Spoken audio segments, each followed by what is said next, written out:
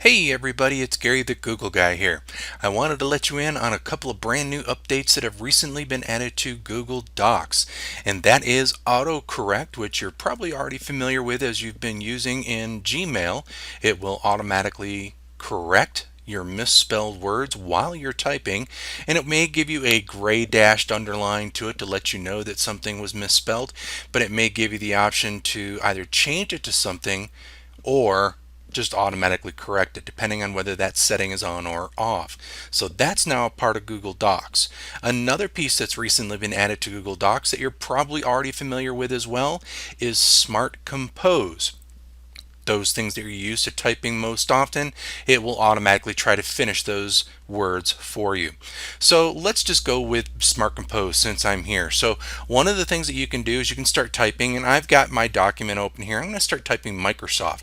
So M-I-C, and then you'll notice that as soon as I get to the C, it wants to finish it off, and it's telling me that I can use my tab button to finish it off for me, or I can continue to use the right arrow, just like you can in Gmail.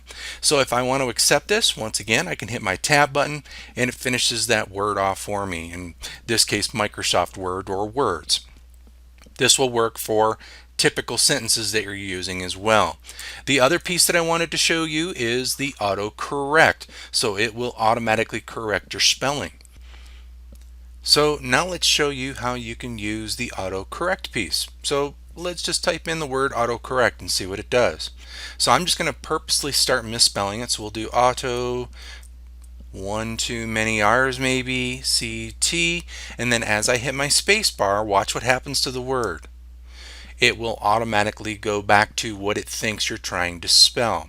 Now, if you've got autocorrect turned off, it will still give you this gray underline piece, and then when you click on the word, it will give you a suggestion in this little balloon that says undo, which if autocorrect is turned on, it will give you.